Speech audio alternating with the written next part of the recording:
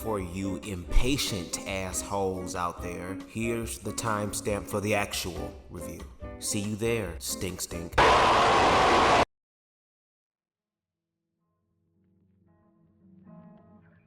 This review is going to contain adult language, and I do mean graphic, colorful adult language. If that's not your stilo, time to turn back now. That means you too, family members of mine. I'm grown, okay? Also, to the BBC cast, this review is for edutainment purposes only, all in fun shade, and I can take it back as well, so let me have it in the comments, all right? Again, in fun shade. If you feel you might be prone to having a egoic response, you can go ahead and turn back now, okay? Because if you go forward, it's all on you. Motherfucking also. Copyright disclaimer under Section 107 of the Copyright Act of 1976. Allowance is made for fair use for purposes such as criticism, comment, news reporting, teaching, scholarship, education, and research. Fair use is a use permitted by copyright statute that might otherwise be infringing. Non-profit, educational, or personal use tips the balance in favor of fair use. All the videos, songs, images, and graphics used in this video belong to their respective owners, and I or this channel does not claim any right over them.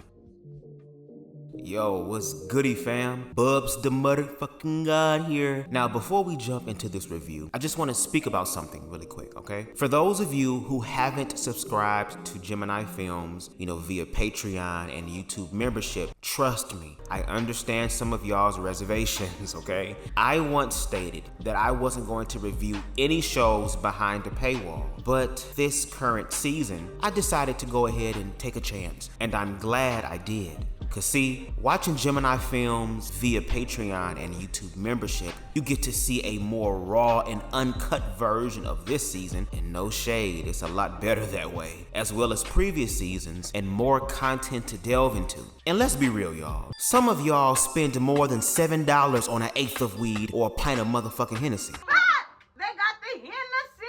And to be even realer, the more y'all subscribe via $7 a month, it'll keep stoking the flames underneath Karan's ass to keep cranking these episodes out in a consistent and timely manner. No shade. But, with the permission and clearance from Gemini Films, I'ma give y'all a little taste of what's behind the paywall.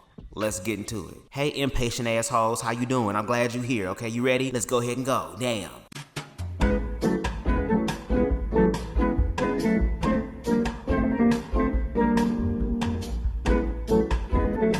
Start off episode 3 with Kim Parker's bestie, Justice, low-key continuously pressing the fuck out of Tynell. Okay, let's calm it down a bit, nigga, okay? I told you, me and my nigga is on some complex ish right now, but he and I is still together, okay? And plus, no shade, when I was kissing you, I started remembering all that Boston cream custard that would foam in the corners of your mouth, and I almost threw up in yours, okay? Which means I'ma leave that shit up to the alcohol to make me do that, okay? So no shade, respectfully. It's a chop for me.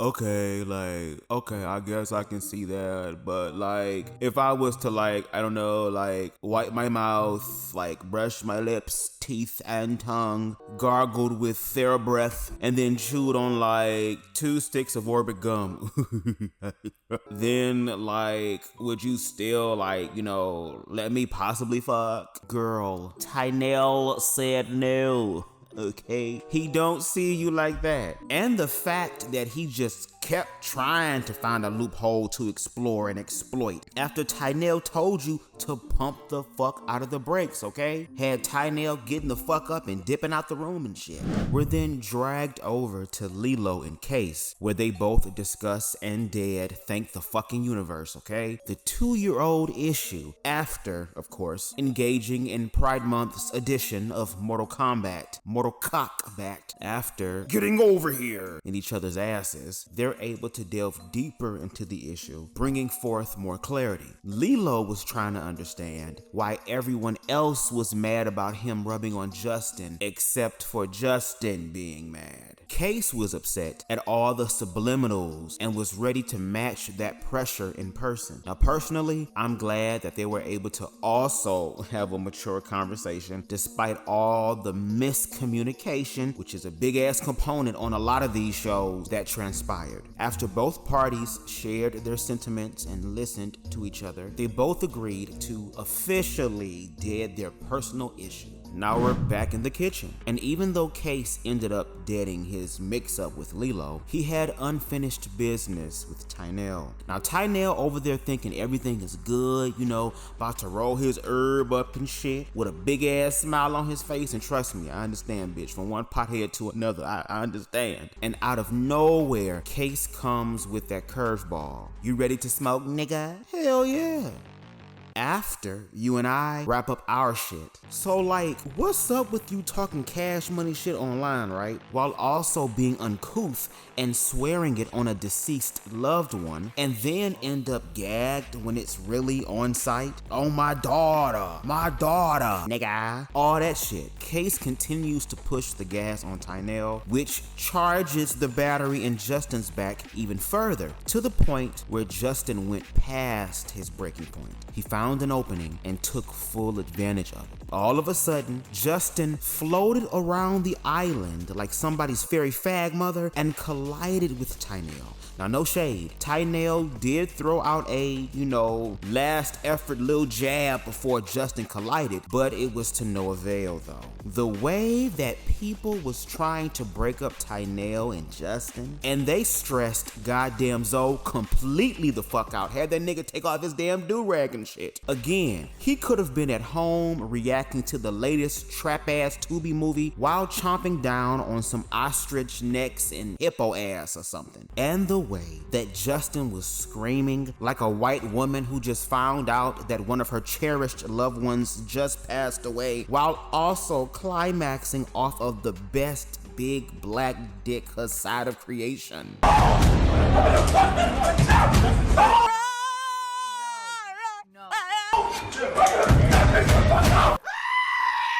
Now, while Justin is downstairs having his epic white girl, what do you mean you guys ran out of pumpkin spice latte? Don't make me write a fucking letter meltdown, we head upstairs along with Justice and Lilo to check on Tynell. We see Tynell holding a bloody tissue, which he then tells the cameraman to back that bitch the fuck up off of him, okay? We then see Tynell in the confessionals pleading his case. Now look, before y'all start saying shit in the comments like my nose was already stuffy and like bothering me, okay? It was my sinuses. And y'all know that if y'all nose get too dry, it can start bleeding. I mean, we is in winter time, so it can definitely happen. Like, Google it, nigga, okay? Also, I had surgery to have my wisdom teeth taken out, and somehow my nose is involved in it some way. I don't know. I'm not a fucking dentist. I'm just telling you what they told me, okay? And also, Justin did not hit me, okay? He kind of just like bopped my nose a little bit, or shall I say that he didn't punch me. I was like walking into the punches, so pipe down. He done whooped my ass, pipe down. And despite what happened, Tynell checks his mug and declares that whenever Justin is around, he'll be quiet, but when he leaves, he'll be talking shit again. Nigga. We then jump over to Case and Keese, and they both share their commentary and thoughts on what just transpired. Case admitted that he, in fact, and indeed, intentionally egged on Justin to get his second round in with Tynell. They both agreed that despite some shit being 2 years ago, some shit just don't change, like fake ass energy from their perspective. Now that the toxic masculine energy through the realm of physical combat and violence has ended, it's time for the other outlet. The outlet of freak shit. We are in the hot tub, okay, with Darian, Justin, Case, Diego, and Lilo. Now, first off, shout out to the cleaner hot tub water, okay? I see the fellas are eating their fibrous greens and taking their daily dose of pure for men. Congratulations. sessions. We, the viewers, thank you. And shout out to the members only access, okay? Where you get to see a little extra. Niggas was swapping blunts and tongues and shit, showing off all types of cheeks and shit. Even Lilo decided to stand the fuck up and show the fellas what a soft and cunty top actually looks like in the flesh. And after the gay agenda decadence, they all end the hot tub session with a collectively drunken twerk moment. And speaking of leaky ass dicks, we're then dragged back upstairs with Tynell and Justice. Now, Justice is trying for the last 1000th time, I guess, to completely make sure that he's clear on Tynell's decision. And that's all that BubzDaGawd is going to spend on that, because Tynell gave you the answer 11 times already, okay? And since Justice isn't gonna get anything further from Tynell, he decides to shift his gears from Tynell to Lilo, and Lilo obliges. We're now in the sauna with Lilo and Justice. The lighting, a barely dressed Lilo, Justice's deep voice and airhead laughter echoing off the walls and back onto their bodies, along with bold flirting, creates the perfect atmosphere for touching to be the only answer going forward. Justice begins to rub on Lilo's thigh, which then invites Justice's lips to his. They begin to passionately make out. Lilo then remembers hearing his good sis Tynell tell him about what ran through his mind while kissing Justice, which prompted him to stop and take a moment to not also vomit in Justice's mouth as well. At the same time, both Case and Darian decide to have some fun of their own as they're heading to the bathroom together, one of the only places, for moral and legal reasons of course, where there are no visual cameras. We end episode 3 off with hearing the wettest, dampest, slimiest, and what I'm guessing is someone's throat being dug out, mixed with the sound of wet, cheap-ass dollar store macaroni in a pot, okay? Made by this woman. I'm getting popped right now!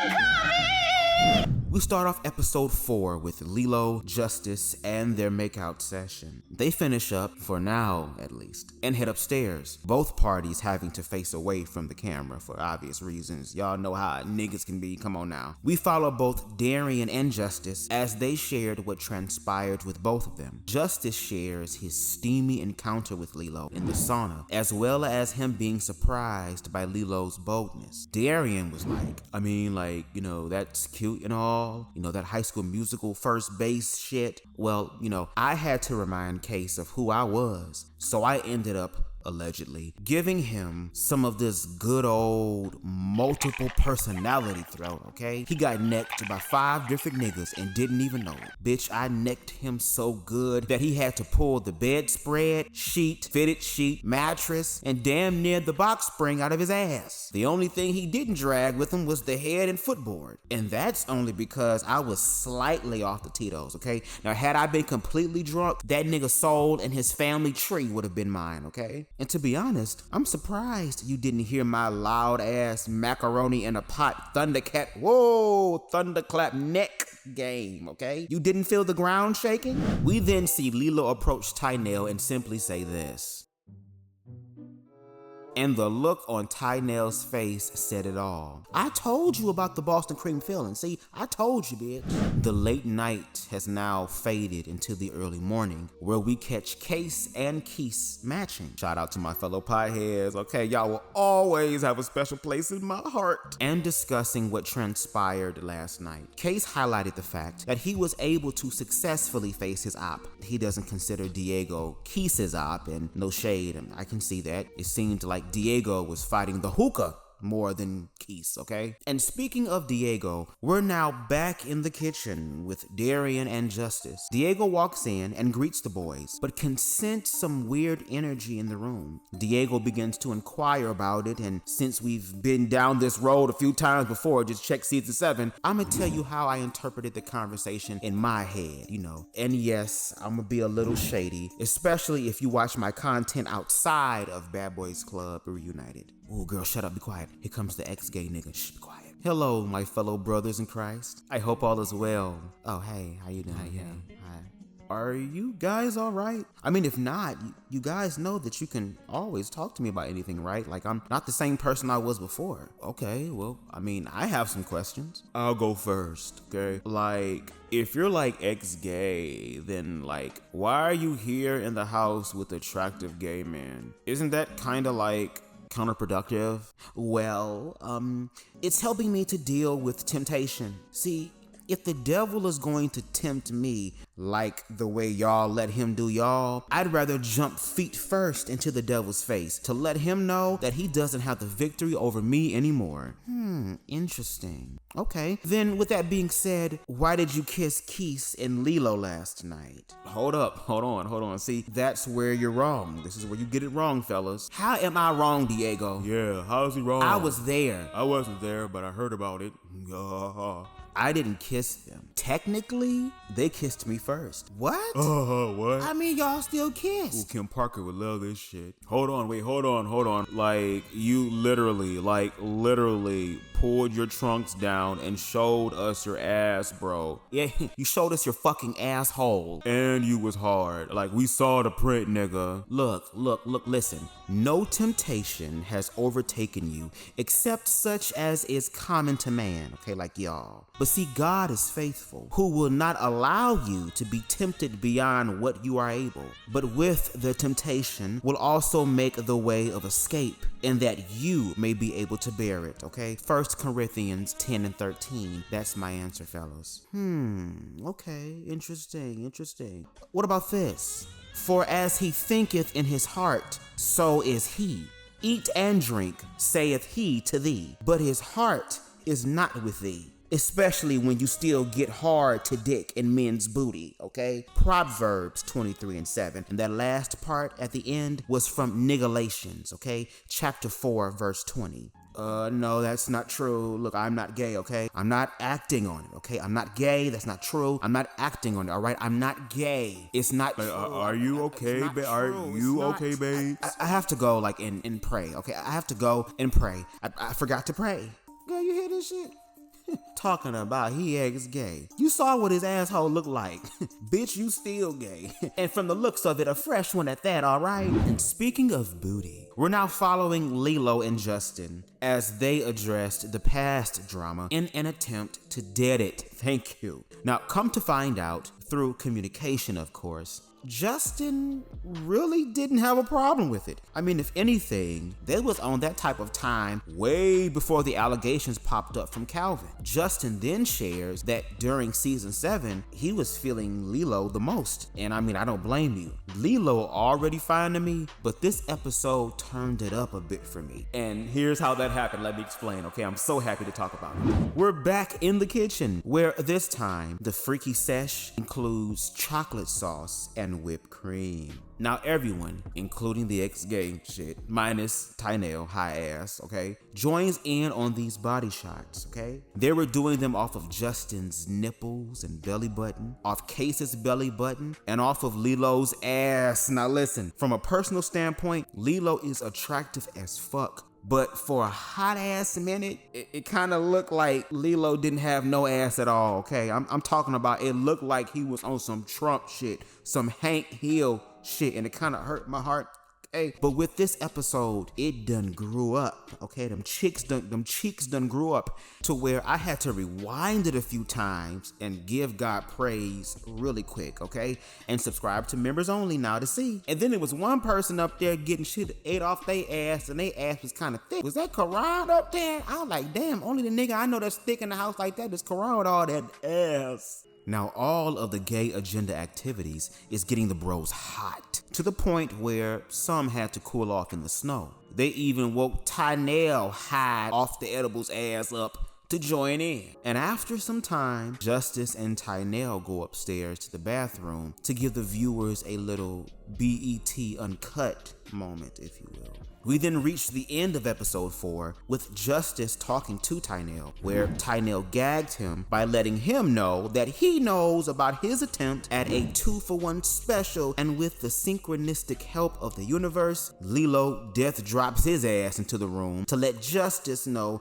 that it's either her or Tynell. Who will he choose? We'll find out next time on